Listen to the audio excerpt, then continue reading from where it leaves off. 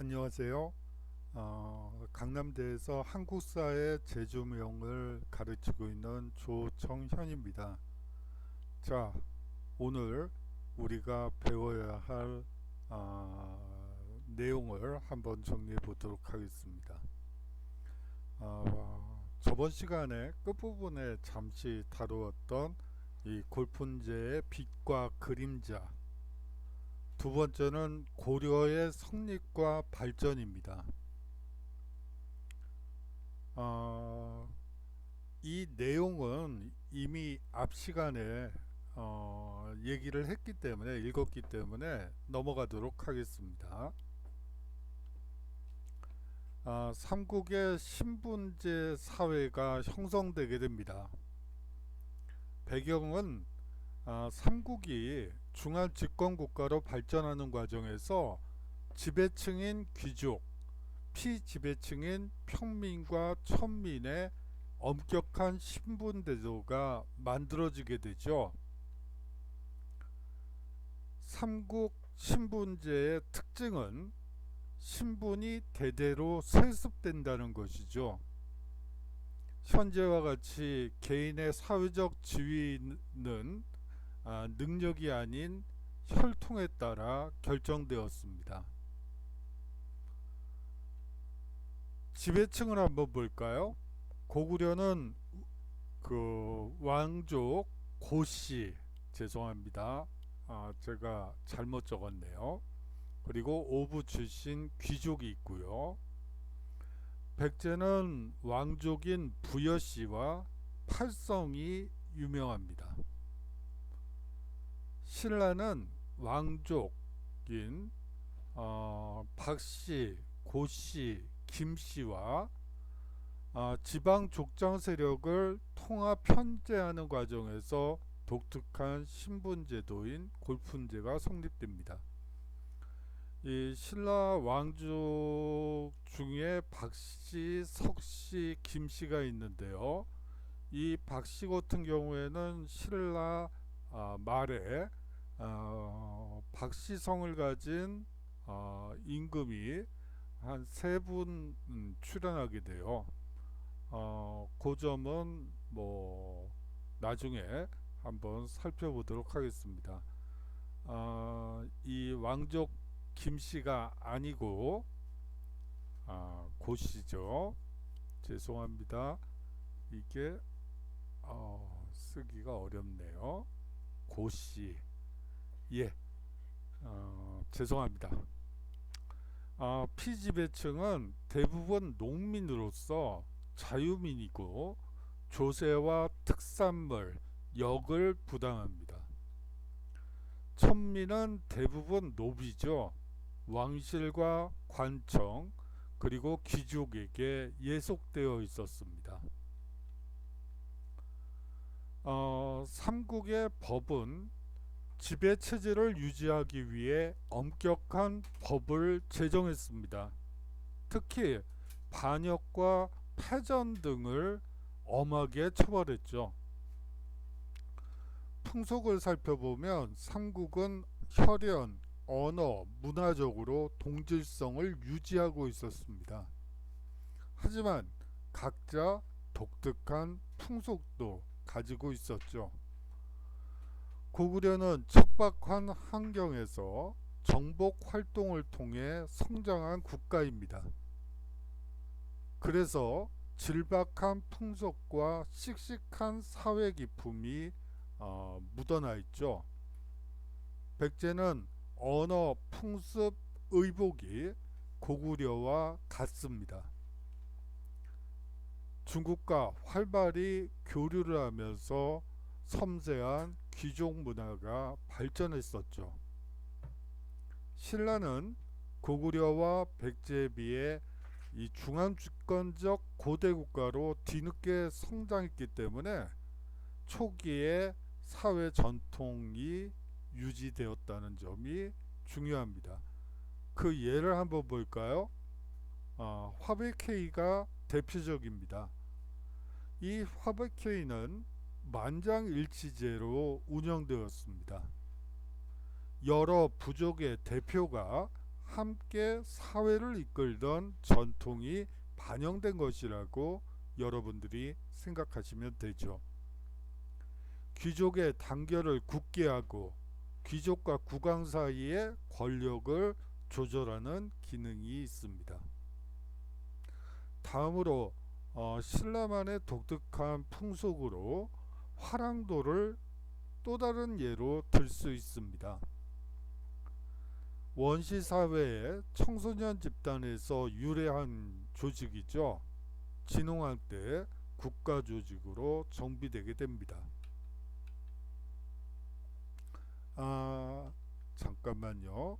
이 화랑도와 관련해서 최근에 화랑세기가 발굴이 돼가지고 학계에 많은 영향을 미쳤다는 것은 여러분들이 뉴스를 통해서 볼 수 있었을 겁니다. 새로운 사료가 발견된다는 것은 상당히 중요한 일이죠. 여하튼 그럼으로써 신라 사회의 다양한 모습들을 그리고 초기 사회의 여러 이질적인 우리가 생각하던 신라와는 약간 다른 신라를 여러분들이 화랑세기를 통해 느끼실 수가 있어요. 하지만 그것이 새 진위 여부는 아직까지도 학계에서는 여러 얘기들이 나오고 있습니다. 예, 그렇습니다. 남북국의 사회 모습을 한번 볼까요? 통일 후 신라 사회가 변화하는데요. 고구려와 백제의 옛 지배층에게 골품이 부여되게 됩니다. 지배체제 안으로 이런 식으로 해서 편입시키는 것이죠. 삼국 통일 후 민족 융합이 이런 식으로 노력이 반영된 것이라고 여러분들이 생각하시면 될 것 같아요. 대외 교류가 활발해집니다. 그거는 뒤에서 더 자세히 살펴보고요. 그러면서 골품제의 변화가 일어나는데요. 성골이 소멸하게 됩니다. 신라의 결혼 제도 중에 왕족들끼리 어떻게 보면 형과 누나, 형과 그 남자 동생과 혹은 누나와 혹은 누이 동생과 결혼을 해서 그 신라 왕실의 위엄을 계속 내보이기 위해서 노력을 하죠. 이러한 전통은 이제 고려 시기에도 초반부에는 계속됩니다. 그런데 이 성골이라는 것은 뭐 기본적으로 공주와 왕자가 결혼을 한다고 여러분들이 생각하시면 될 것 같아요. 그러한 성골 귀족이 소멸하고 성골이 소멸하고 진골 출신 임금이 등장하고 그것은 바로 태종 무열왕 때부터 시작된 전통이라고 여러분들이 생각하시면 됩니다. 3두품에서 1두품까지는 평민화가 이루어지게 되죠. 신라 말에 접어들게 되면 사회 모습이 많이 해체된 분위기예요. 사회 기강이 지방 호족이 성장하게 되고요. 농민 봉기가 이루어지게 됩니다.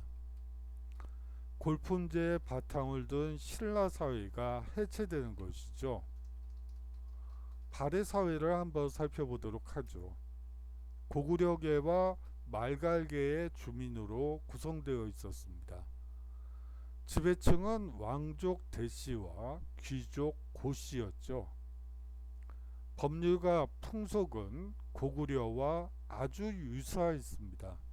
물론 상층 사회에서 당문화도 널리 수용되었지만 하층 촌락민에서 고구려나 말갈의 전통생활 모습이 유지되고 있었죠. 그렇기 때문에 씩씩한 사회 기풍이 자리 잡고 있었고 여성의 지위가 비교적 높았습니다. 삼국과 남북국 문화의 특징을 한번 살펴보죠. 고구려는 북중국이나 북방민족 등 주변국과 교류 또는 대결하면서 성장했습니다. 그렇기 때문에 강건함과 패기 넘치는 문화를 갖추게 된 것이죠. 백제는 주로 남중국과 교류하며 선진 문물을 수용했습니다.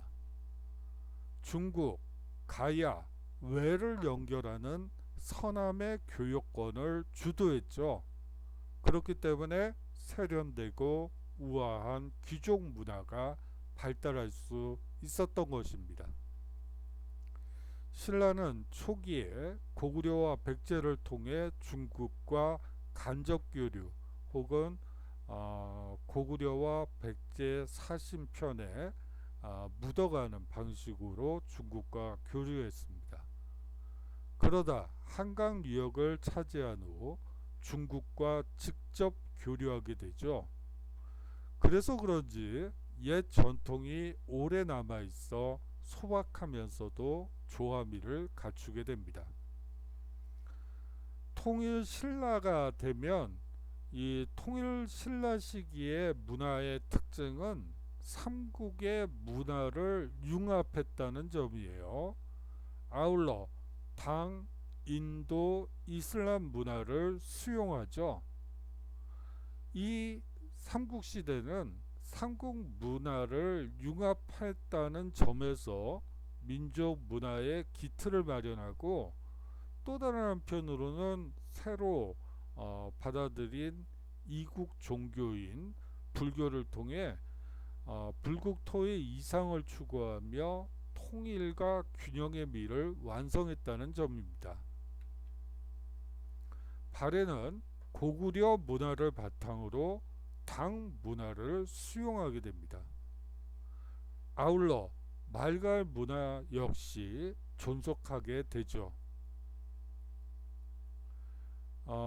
일본으로 건너간 우리 문화를 한번 살펴보도록 하죠. 삼국과 가야의 문화가 이제 일본 고대 국가 성립과 그리고 아스카 문화 발달에 영향을 미치게 됩니다. 고구려는 불교와 회화를 일본 측에 전달했습니다. 승려, 담증은 종이, 먹 등의 제조 기술과 오경을 전달해 주었죠. 승려 해자는 쇼토쿠 투태자의 스승이기도 했습니다. 백제는 오경박사, 의박사, 역박사를 파견하여 유교와 의학, 천문, 역법을 전파했습니다. 불교와 함께 불상 조각 그리고 건축 등을 전파하죠. 신라는 조선술과 축세술을 일본 측에 가르쳐 줍니다. 가야는 일본 철기 문화 발달에 기여하고요. 가야 토기는 일본 스에카에 영향을 미치게 됩니다. 통일 신라는 유교와 불교 문화 전달에 많은 영향을 미쳤고 일본 하쿠 문화 발달에 기여하게 되죠. 발해는 일본 음악에 많은 영향을 미치게 됩니다. 불교의 수용과 발달을 한번 보죠. 불교를 수용하게 된 배경은 삼국이 중앙집권적 고대 국가로 성장하면서 왕권을 중심으로 국가적 통합을 이룰 필요성이 제기되었기 때문입니다. 따라서 왕실이 앞장서서 불교를 수용하는 형태였죠. 불교가 수용되는 시기는 고구려와 백제는 4세기 후반에 받아들여집니다.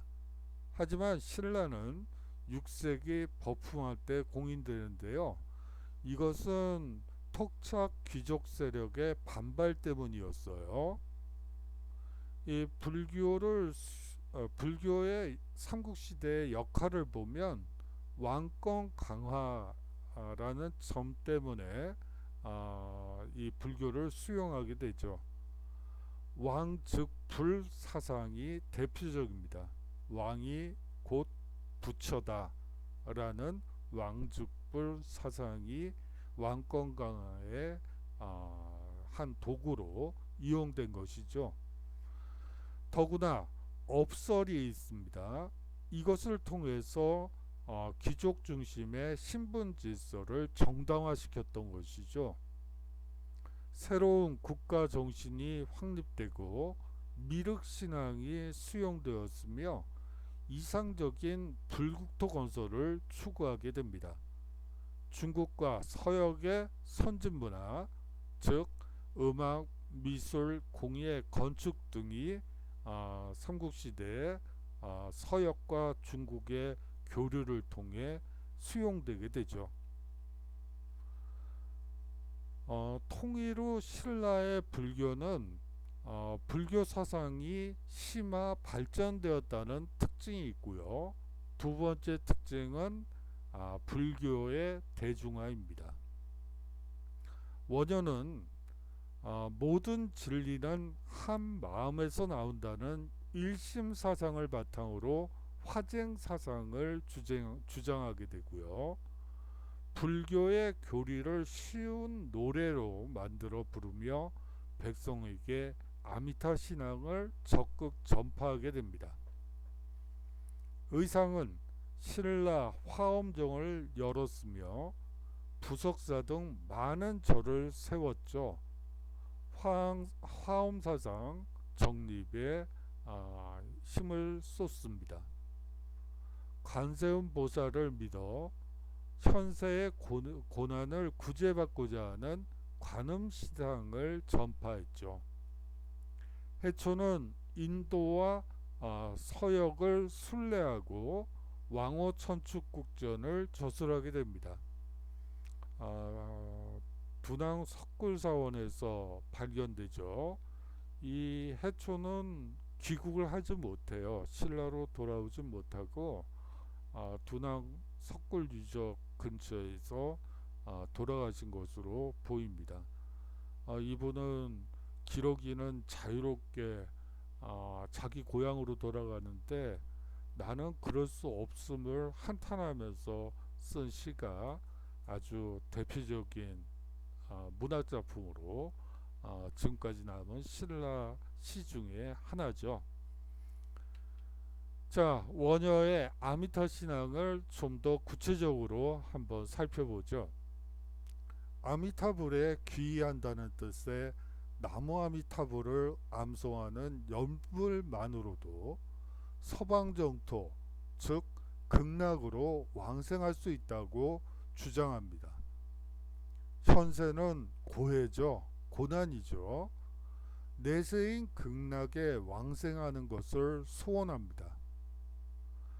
이 신라 사회에서는 아미타 사상이 한때 유행한 적이 있어서 많은 서민들이 현세를 등지고 입산하였으며 육신의 삼몸으로 하늘을 날아 서방 정토로 왕생했다는 설화까지 전해질 정도로 이 아미타 사상이 유행했습니다. 원효는 아미타 신앙을 서민들에게 널리 보급하여 불교 대중화에 공헌하게 되죠. 원효는 파괴하여 설총을 낳은 후로는 속인의 옷으로 바꾸어 입고 언제나 술에 취한 채 그 천천만락을 누비며 이 노래 즉 무예가를 부르고 춤추고 다니며 불도를 전하였다. 이 때문에 뽕따는 늙은 이에서부터 무례배에 이르기까지 부처님의 명호를 외우고 아미타불이라는 합장의 미덕을 알았으니 원효의 교화가 참으로 컸다. 삼국유사의 기록입니다. 의상의 화엄사상을 한번 보도록 하죠.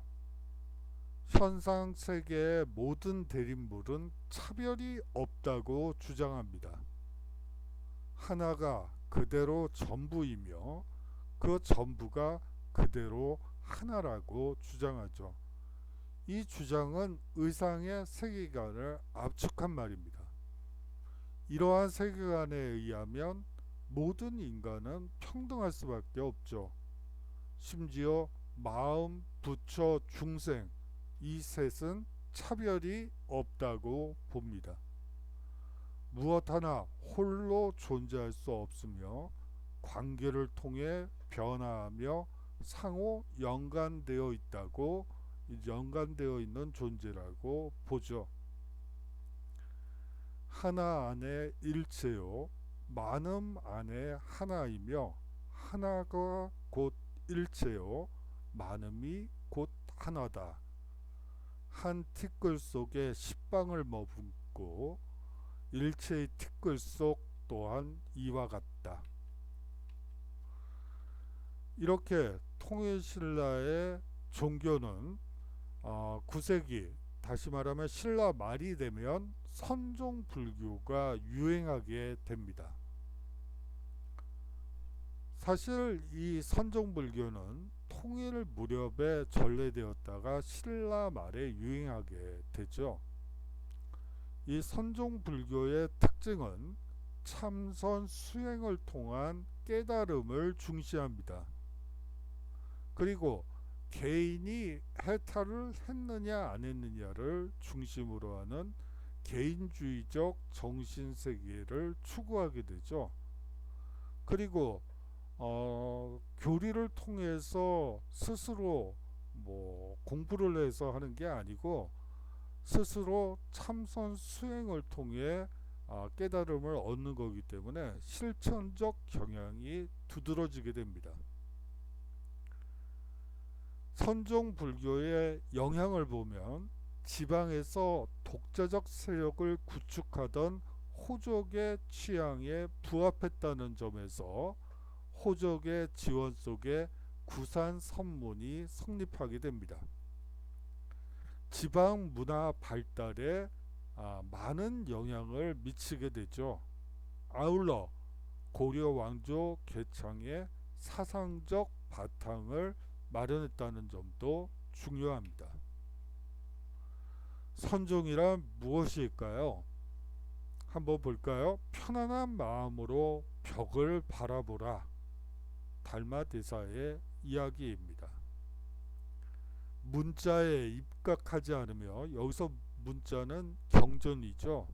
문자에 입각하지 않으며 경전의 가르침 외에 따로 전하는 것이 있으니 사람의 마음을 직접 가리켜 본연의 품성을 보고 부처가 된다. 해능 스님의 말씀입니다. 선종은 중국 남조인 양나라에 입국한 인도인 달마대사를 교조로 하여 성립한 종파입니다.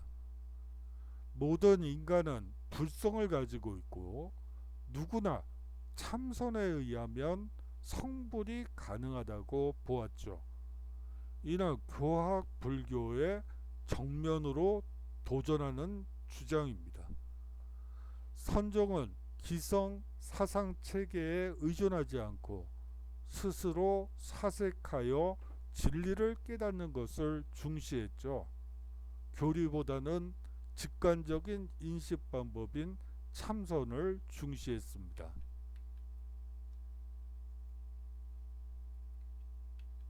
자, 교종과 선종을 이제 좀 구분할 필요가 있을 것 같아요. 교종의 특징은 학문적 불교라는 거죠. 불경과 교리를 연구하는 겁니다. 그에 비해서 선종은 깨달음의 불교죠. 다시 말하면 참선 수양을 통해 개인적으로 깨닫는 것을 의미합니다. 교종의 정치적 경향은 중앙 집권적인 것이에요. 거기에 비해서 선종은 지방 분권적이죠. 개인이 중요시되면서. 자, 오교와 구산이 있는데요. 여러분들이 한번 이런 거구나 라고 보시면 될 것 같아요. 이 후원자들을 보면 교종은 왕실과 중앙 진골 귀족의 후원을 받게 됩니다. 거기에 비해 선종은 지방 호족 세력의 후원을 받게 되죠.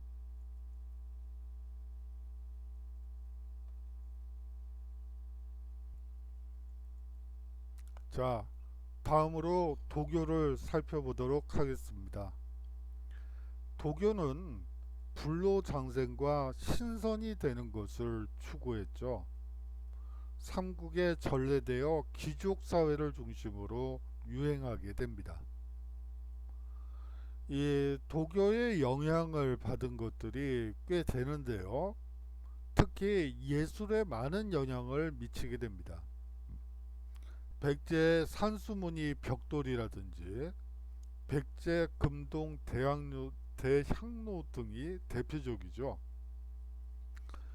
아울러 고구려 고분의 사신도 등의 도교 사상이 반영되어 있습니다. 이거는 조금 뒤에 하겠습니다. 고구려의 영계소문은 도교를 장려했죠. 귀족과 연결된 불교 세력을 억제하기 위해 고구려의 영계소문은 도교를 장려했던 것입니다. 풍수지리설도 이제 도입되게 되어 신라 말기에 선종승려인 도선이 전래한 것으로 알려져 있습니다. 풍수지리설은 산이나 물, 땅의 모양을 살펴 도읍, 주거지, 묘지 등을 정하는 이론이죠. 예언적인 도참 사상과도 연결되어 있습니다. 신라가 경주 금성이 흉지다, 기가 쇠했다, 이런 식으로 해서 고려의 건국에 많은 영향을 미치게 되죠. 풍수지리설의 영향은 호족은 풍수지리설을 이용하여 수도인 금성의 운수가 닿았다고 주장하며 세력 확대에 이용하기도 하죠. 자, 유교의 수용과 역사서의 편찬을 살펴보도록 하겠습니다. 삼국의 교육은 한학과 유교 교육을 장려하여 학식이 있고 충성스러운 인재를 양성하려고 했습니다. 고구려는 중앙에 태학을 설치하여 하였죠.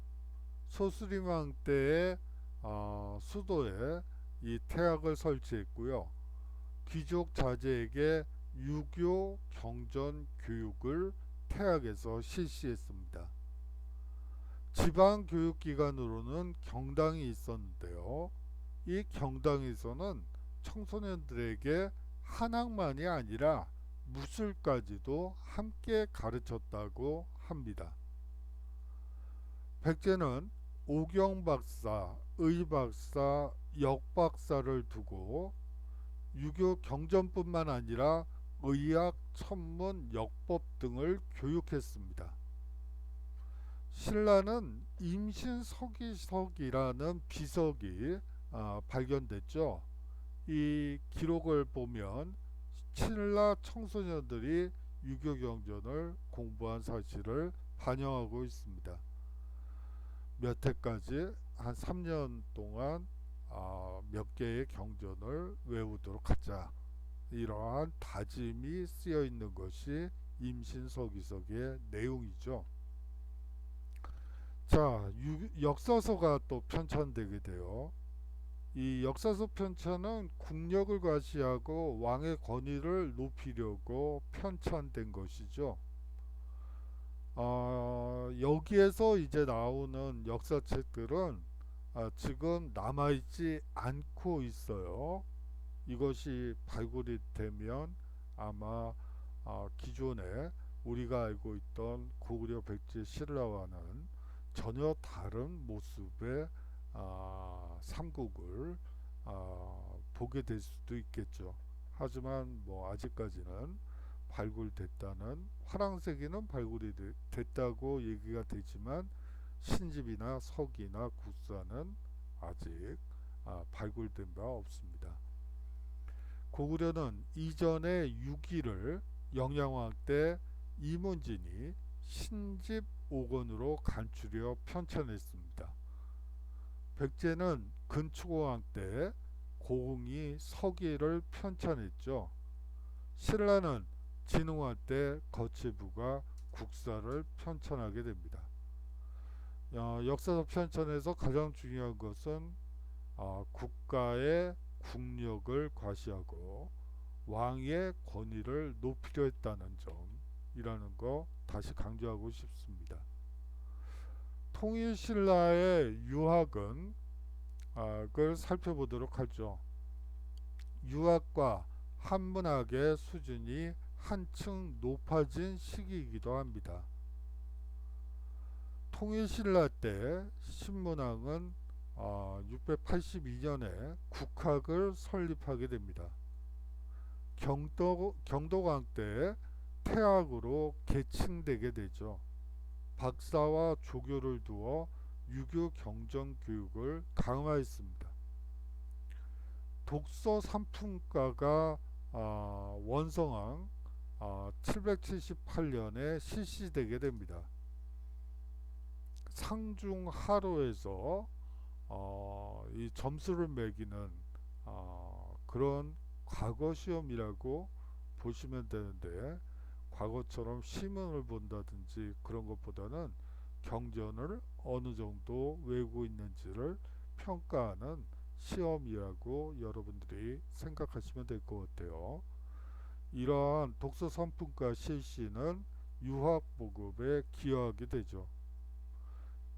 통일신라 시기의 대표 학자를 한번 볼까요? 강수가 대표적입니다. 이 강수는 육두품 출신으로서 외교문서 작성에 능했다고 해요. 그 다음으로 설충이 있죠. 아까 봤던 원효대사의 아들이에요. 육두품 출신으로 이두를 체계적으로 정리했죠. 그리고 화한계를 저술하게 됩니다. 이두를 체계적으로 정리했다는 거는 뭐 간단히 말을 하면 한자 문화권에서 나타나는 문제점 중에 하나는 한자 문화권에서 나타나는 문제점을 들자면, 한문을 중시하다 보면 사실상 중국의 중국과의 사대 관계를 강조하게 되는 것이죠. 이 이두라는 것은 물론 한문 체계 속에 있긴 하지만 우리나라 고유의 문자 기록 체계라고 보시면 될 것 같아요. 그렇기 때문에 이두를 체계적으로 정리했다는 말은 사실상 중국과는 다르다는 것을 스스로 인정하고, 또 우리나라 발음에 맞게끔 한자를 변형시킨 것으로 여러분들이 이해하시면 되겠죠. 다시 말하면 민족이라는 의식이 서서히 나타나게 되면서 문자의 독립을 추구했다고 여러분들이 이해하시면 될 것 같아요. 김대문은 진골 출신으로 화랑세기, 고승전, 한산기, 계림 잡전을 저술을 하게 됩니다. 그런데 이게 다 그 삼국시대의 인물에 대한 얘기들이에요. 화랑세기는 신라 화랑도에 대한 얘기고요. 계림잡전은 역시 물론 지금 남아있는 것은 없어요. 화랑새기가 있다고는 하지만 발굴됐다고는 하지만 아직 검증 단계이기 때문에 아직 뭐 완전히 발굴됐다고 보기는 어렵고요. 그렇게 했습니다만 여하튼 신라의 문화를 주체적으로 인식하려는 경향을 보인다는 점에서 아주 중요해요. 이두의 발견과 그 김대문의 저술들은 신라만의 그리고 중국과는 다른 우리나라만의 문화와 전통을 소개하고 남기려는 노력의 일환이었다라고 여러분들이 이해하시면 됩니다. 자, 신라말 도당 유학생이 증가하게 되는데요. 신라 사회의 모순을 비판하죠. 이들은 최치원은 개혁안 12호조를 건의하게 됩니다. 점차 반신라적 경향을 띠는 것이 이들 도당 유학생들입니다. 이 발해 유학을 한번 살펴보도록 하죠. 주자감을 설치하여 유교 경전을 교육하게 됩니다. 당에 유학생을 파견하기도 하죠. 아울러 유교 덕목을 육부 명칭으로 삼기도 합니다. 한문학 수준은 매우 높은 수준으로 보이죠. 그 예는 정혜공주와 정효공주의 묘지문과 양태사의 시 등이 이 한문학의 수준을 보여주고 있습니다. 삼국시대는 과학기술 역시 발달하고 있는데요. 특히 천문학과 수학이 두각을 보이고 있죠. 농경이나 왕의 정치가 천체 또는 천문 현상과 관계가 있다고 여겨 이를 관측하게 되죠. 역법과 수학 발달, 농사와 건축 등의 이들 천문학과 수학이 활용되게 됩니다. 금속을 다루는 기술이 발달하게 되죠. 철제 농기구만이 아니라 무기 그리고 섬세한 금속 공예품이 제작되게 됩니다. 예를 들자면 선덕대왕 신종이 대표적이죠. 아울러 신라는 목판 인쇄술과 제수술이 발달하게 됩니다. 이 목판 인쇄술과 제지술이 발달하게 된 배경은 불교 문화 발달에 따라 대량으로 불경을 인쇄할 필요성이 대두되었기 때문이죠. 무구정강 다란이경은 8세기 초에 만들어진 것으로서 현존하는 가장 오래된 목판 인쇄물입니다.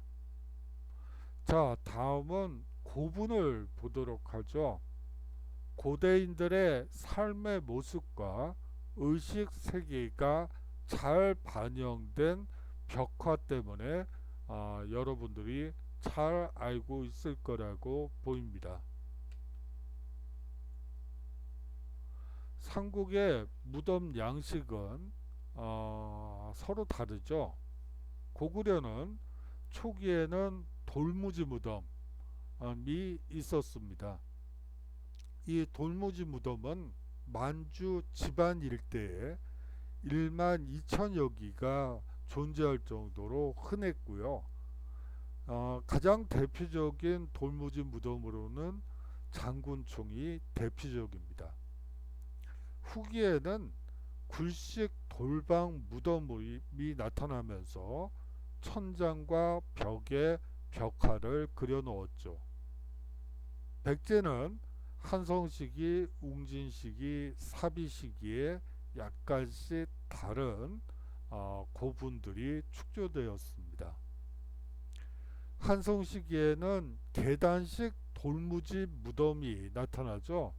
이 고구려의 무덤 양식과 똑같다고 보시면 됩니다. 비슷하다고 보시면 돼요. 웅진 시기는 굴식 동울방 무덤이과 벽돌 무덤이 고르게 분포되어 있습니다. 이 특히 벽돌 무덤은 중국 남조의 영향을 받은 것인데요. 대표적인 것으로는 문영왕 등이 여기에 속합니다. 사비의 시기에는 규모는 작지만 세련된 그 굴식 돌방 무덤이 나타나는데요. 이 삼국 고분 문화의 흥미로운 점은 왕권이 강화되기 전에는 사실상 거대한 무덤들이 축조가 되는데요. 왕권이 이제 안착된 뒤에는 규모가 서서히 줄어드는 그런 모습을 보여요. 아무래도 이제 무덤의 규모로 자신의 권위를 세우는 방식보다는 백성들에게 조금이라도 더 잘하는 그런 것이 더 효과적이라는 것을 깨달았기 때문이겠죠. 신라는 삼국 통일 전에 이 거대한 돌무지 덧널 무덤이 일반적이었어요. 이 거대한 돌무지 덧널 무덤은 구조상 도굴이 어려워 부정품이 많이 출토되고 있죠. 통일 신라는 굴식 돌방 무덤이라는 것에는 차이가 없어요. 하지만 무덤에 둘레돌을 두르고 그 위에 12지 신상을 조각해 놓았죠. 이러한 무덤 양식은 고려 조선의 왕릉 양식으로 계승되게 됩니다. 발에는 정혜공주묘와 정효공주묘가 대표적인데요.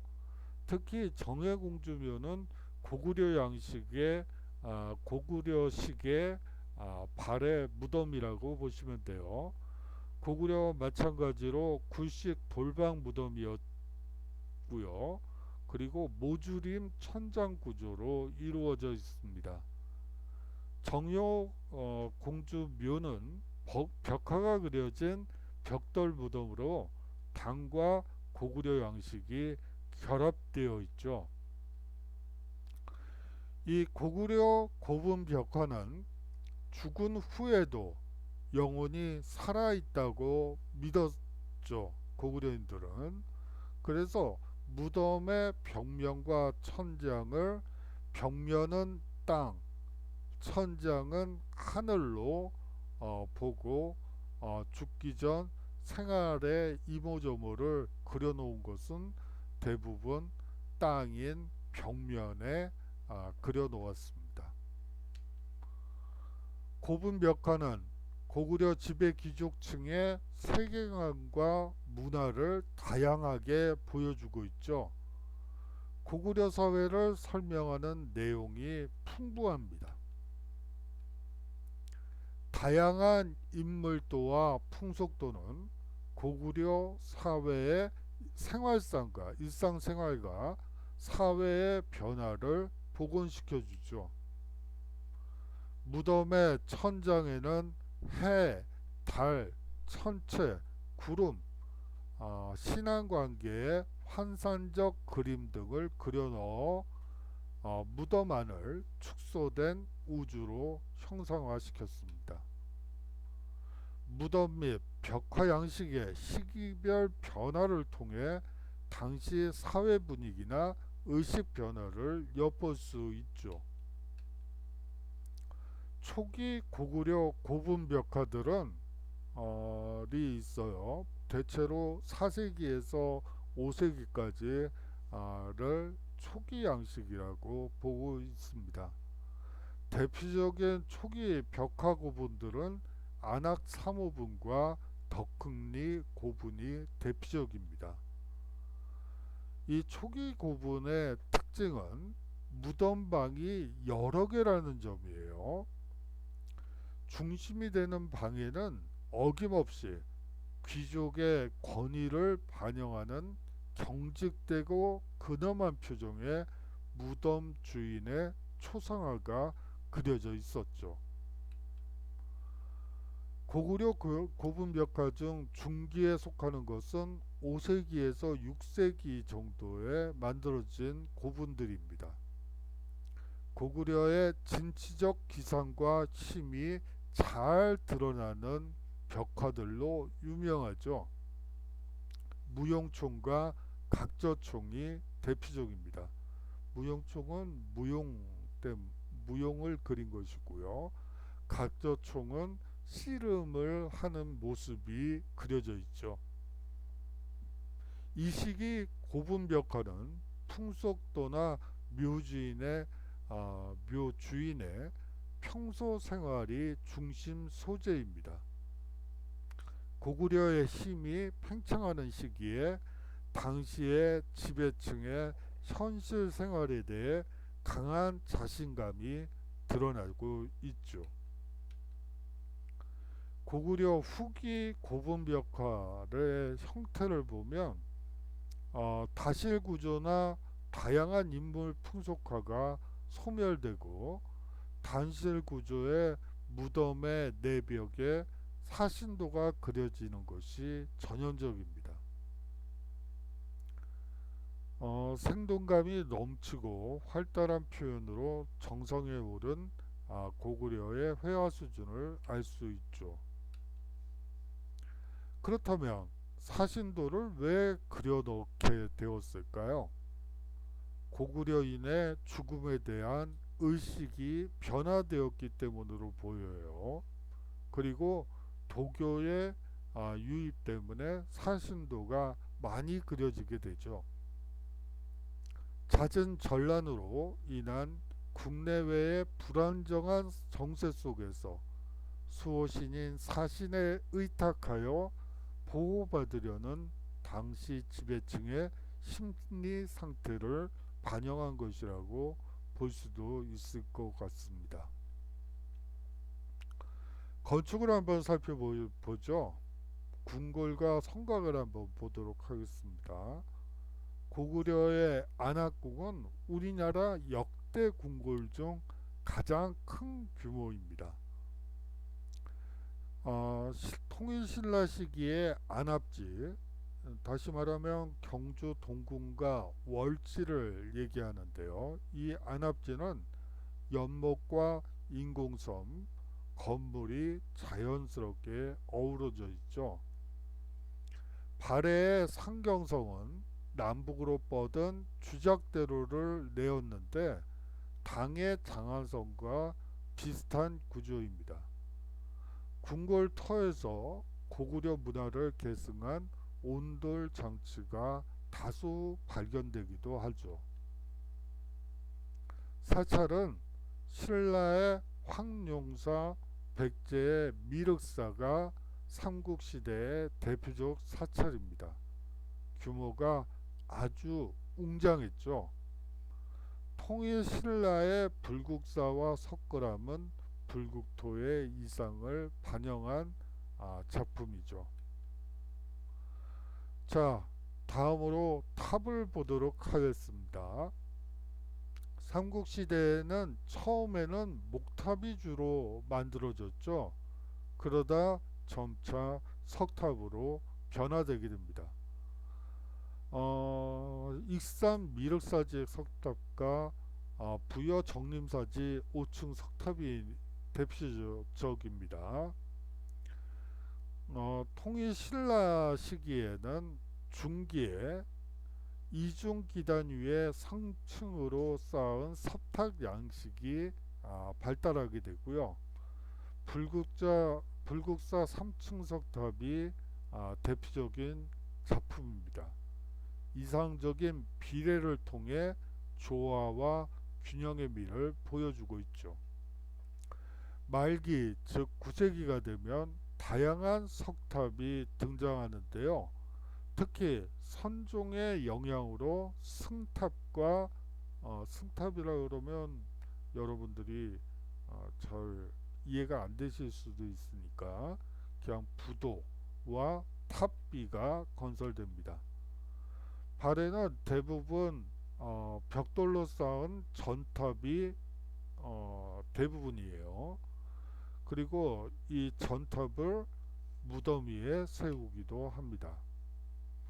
자, 다음으로 통일신라의 3층 서탑을 자세히 한번 살펴보죠. 불교가 처음 들어왔을 때에는 황룡사 구축 목탑과 같은 거대한 목탑을 세웠습니다. 목탑을 석탑으로 변형시킨 것은 백제였죠. 익산 미륵사지 석탑은 우리나라 최초의 석탑으로 거의 목조 건축을 모방한 것입니다. 기단부와 각 층의 몸돌과 지붕 그리고 상륜부라는 이 3층 석탑의 구조의 틀을 보여준 것은 부여 정림사지 5층 석탑이죠. 대단히 우아하고 세련된 멋을 갖추고 있지만 약간 힘이 부족하다는 느낌을 받으실 수가 있을 것 같아요. 이 백제 석탑이 삼국 통일 뒤 신라에 계승되어 만들어진 것이 바로 3층 석탑입니다. 통일 후 신라의 석탑은 기계, 장중, 엄숙, 안정감이 돋보입니다. 상승감과 안정감이라는 이율 배반적인 두 요소가 결합된 것이죠.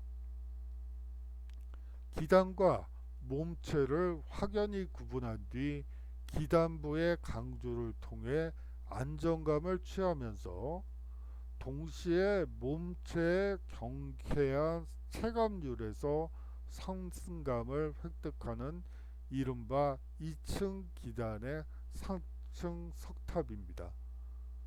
기단을 상하 2단으로 튼실하게 쌓고 몸체는 1층을 시원스럽게 올려놓고는 2층과 3층을 점점 좁혀서 상륜부 끝에 이르는 상승의 시각을 유도하게 되죠. 몸체 지붕돌과 기단부의 끝 모서리를 그으면 80도의 경사를 이루는 일직선이 됩니다. 기단부의 튼튼함에도 상승감이 조금도 약화되지 않죠.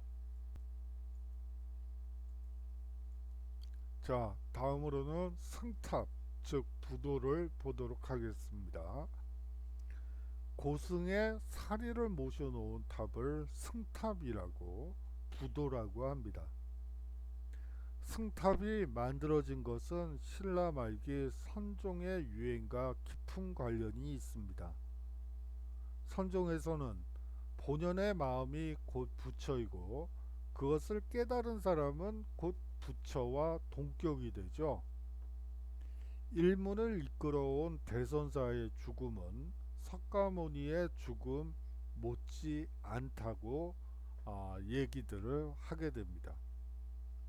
석가모니의 시신을 다비한, 화장한 사리를 모시는 것이 탑인데 성불했다고 믿어지는 대선사의 사리도 그만한 예우로 봉안해야 한다고 이제 생각하게 된 것이죠. 그래서 만들어진 것이 바로 승탑 부도입니다.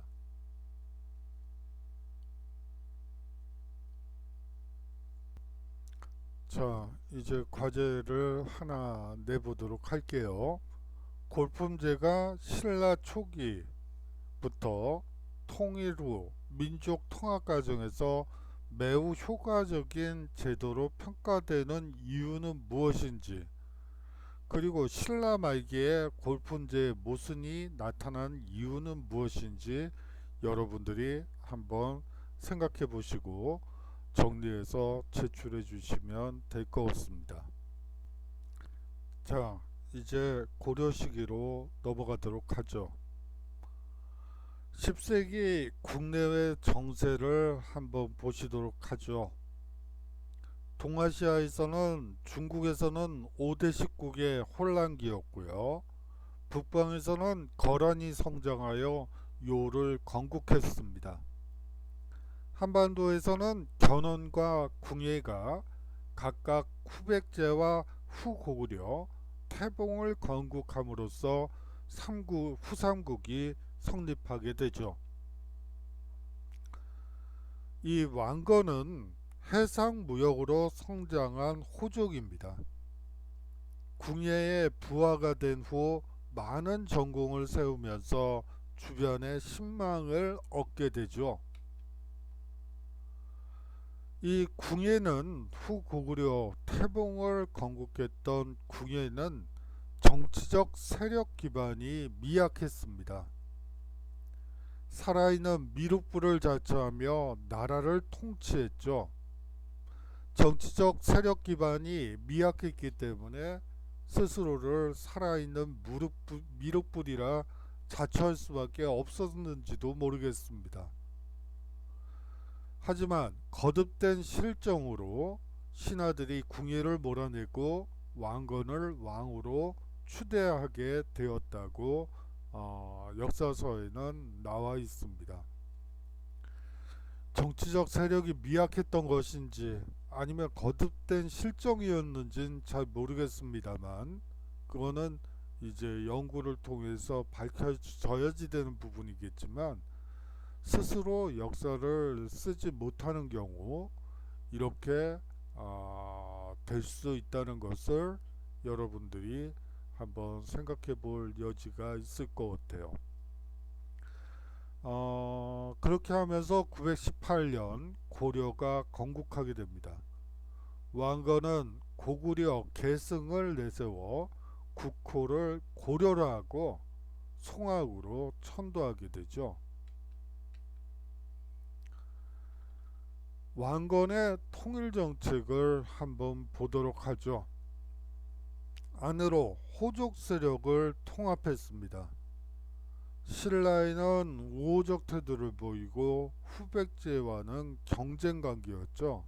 그도 그럴 것이 신라는 이제 망해가는 국가였기 때문에 왕건과 맞붙을 의사도 없는 어떻게 보면 약소국이죠.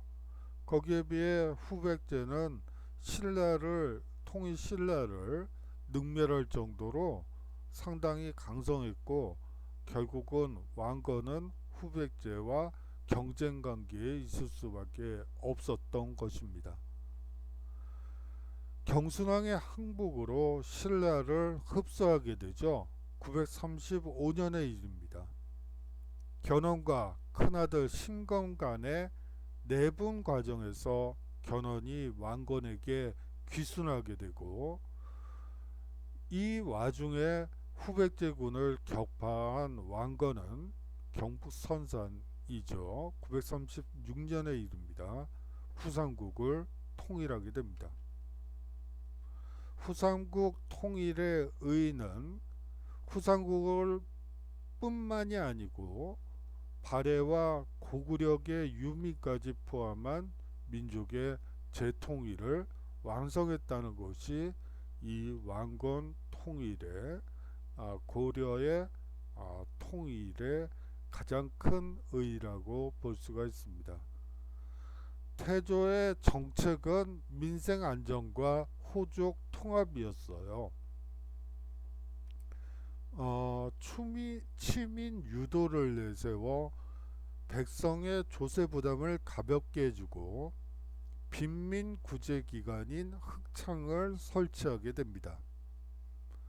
불교를 숭상하고 연등회와 팔간회를 중시했죠.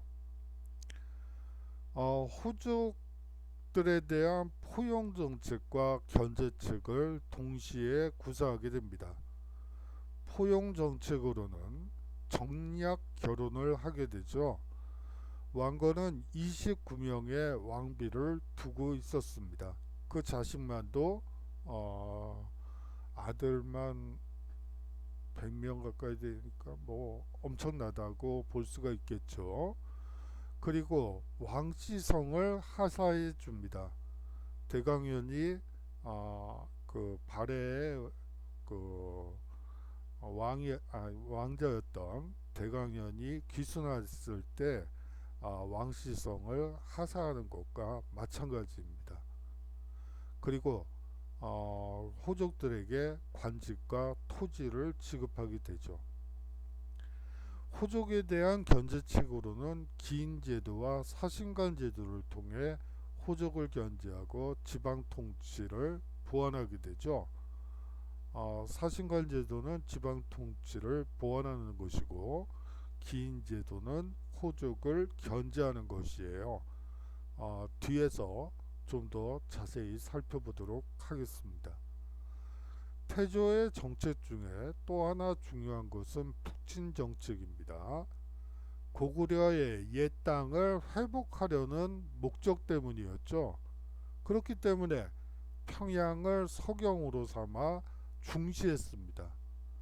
아울러 발해를 멸망시킨 거란을 적대시하게 되죠.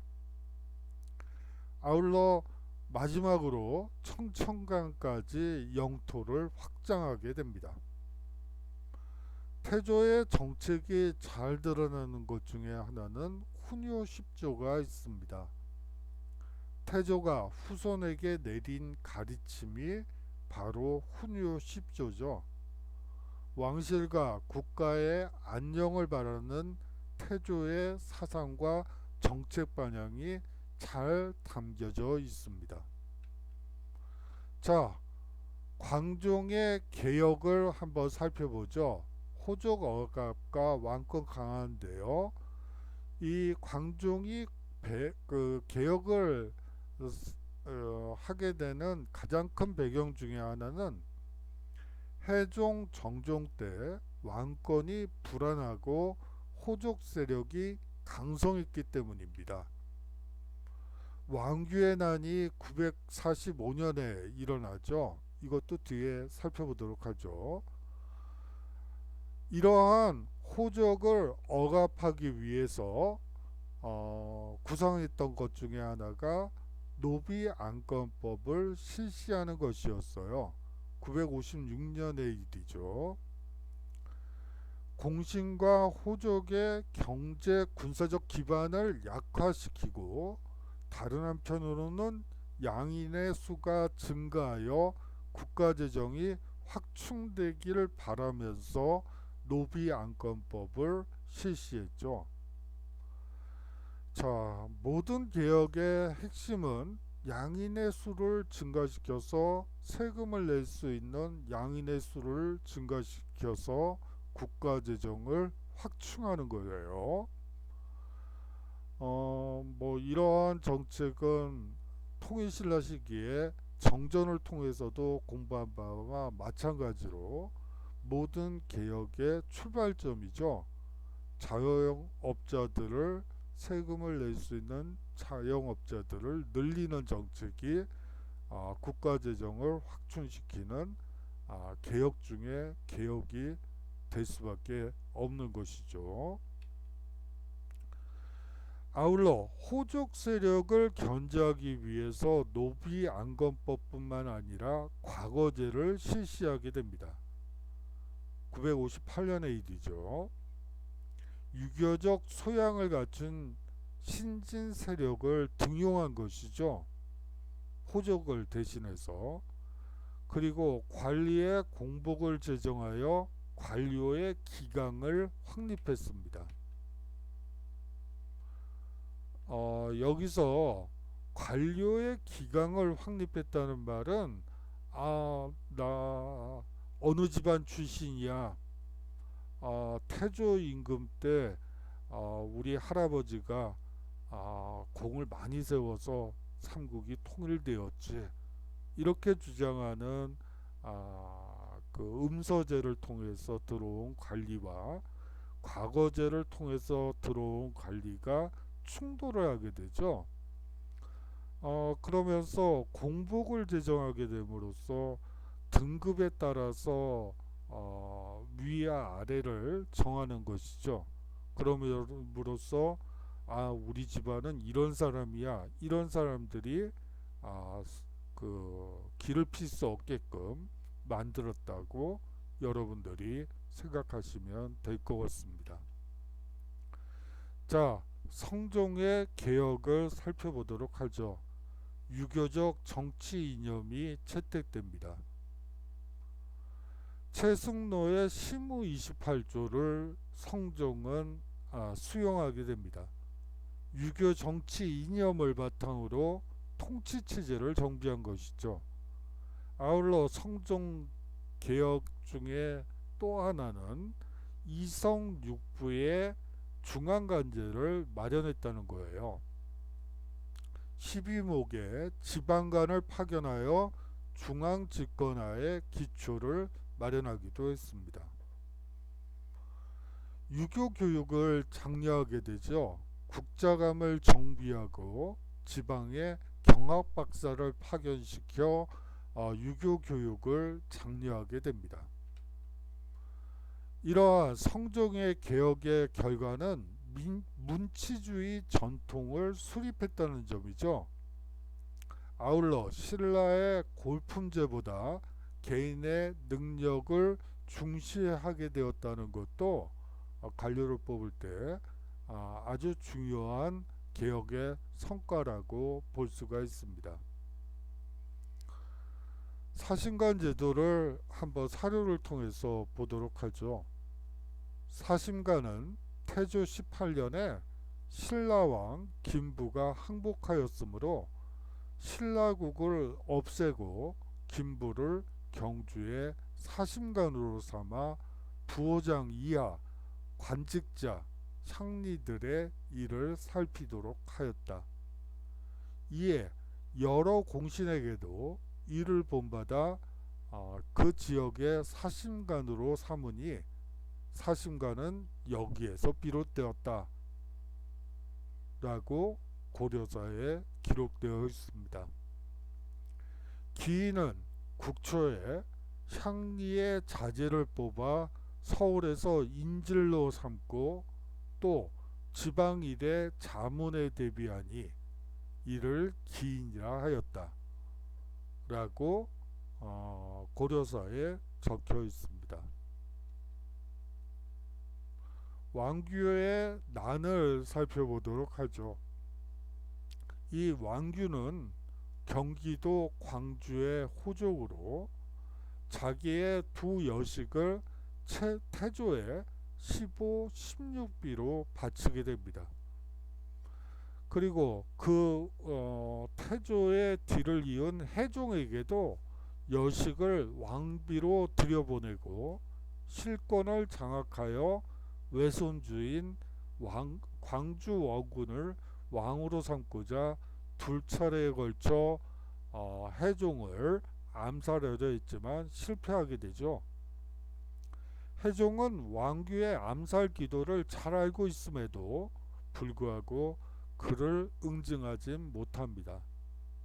왕규의 군사력이 해종의 왕권을 능가하고 있었기 때문이죠.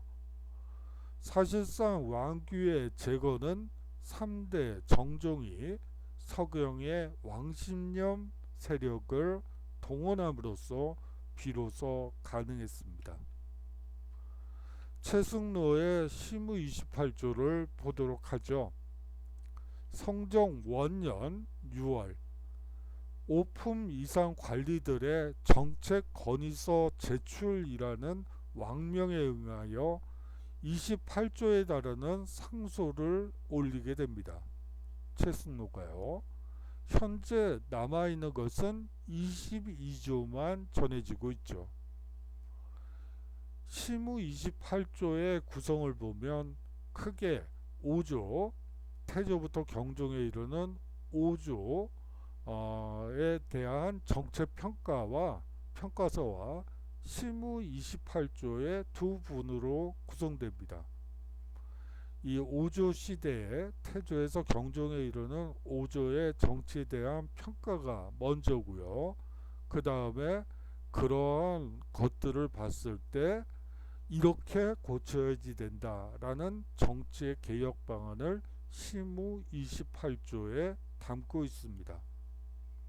제7조를 보시면 태조께서 나라를 통일한 후에 9년의 수령을 두고자 하였으나 이를 시행할 겨를이 없었습니다. 청컨대 외관을 두십시오. 관리를 파견하여 고을을 다스리게 하라는 뜻이죠. 제13조 우리나라에서는 봄에는 연등을 설치하고 겨울에는 팔관을 베풀어 사람을 많이 동원하고 노역이 심히 번다하오니 원컨대 이를 감하여 백성의 힘을 펴게 하십시오. 불교를 숭상하는 것보다는 유교적인 덕목을 강조하는 것이 더 시급하다고 얘기하는 부분이기도 합니다. 제20조를 한번 보시죠. 불교는 수신의 본이요 유교는 치국의 근원입니다. 수신은 먼 내생의 복을 구하는 것이며 치국은 가까운 오늘의 일입니다. 가까운 것을 버리고 먼 것을 구하면 잘못이라고 최숙로는 얘기하고 있습니다.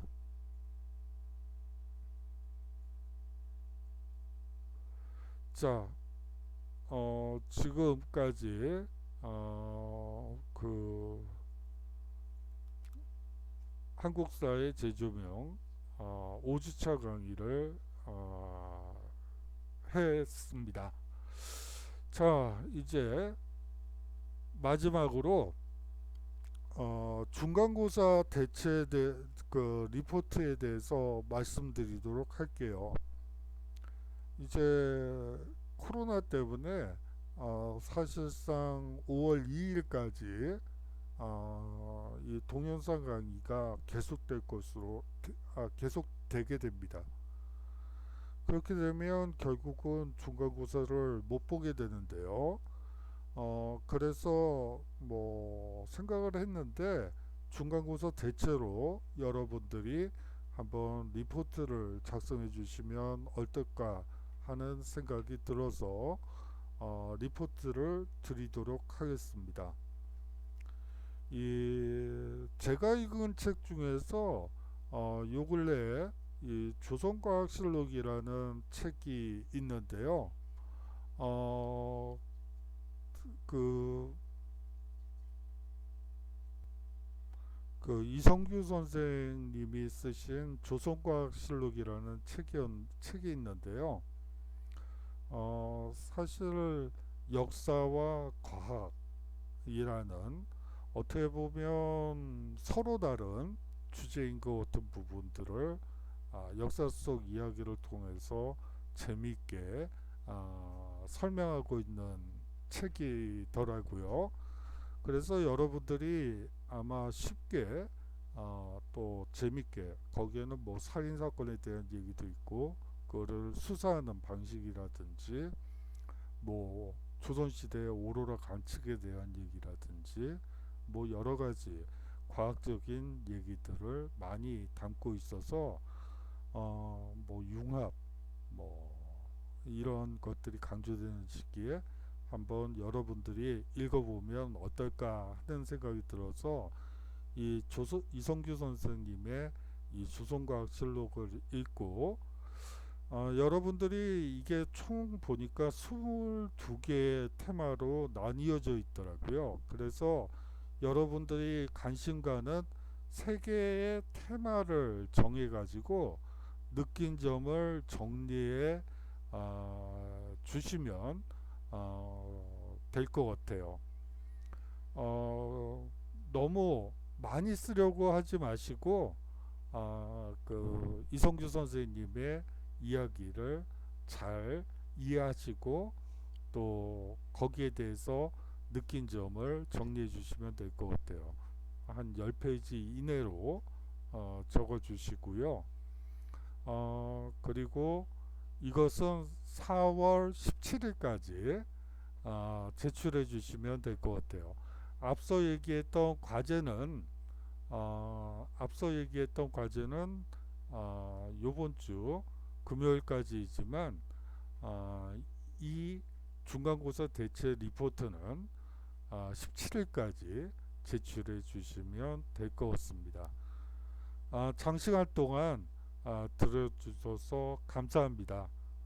다음 주에 건강한 모습으로 다시 만나뵐 수 있으면 좋겠네요. 자, 그러면 다음 주에 인사드리겠습니다. 안녕히 계십시오.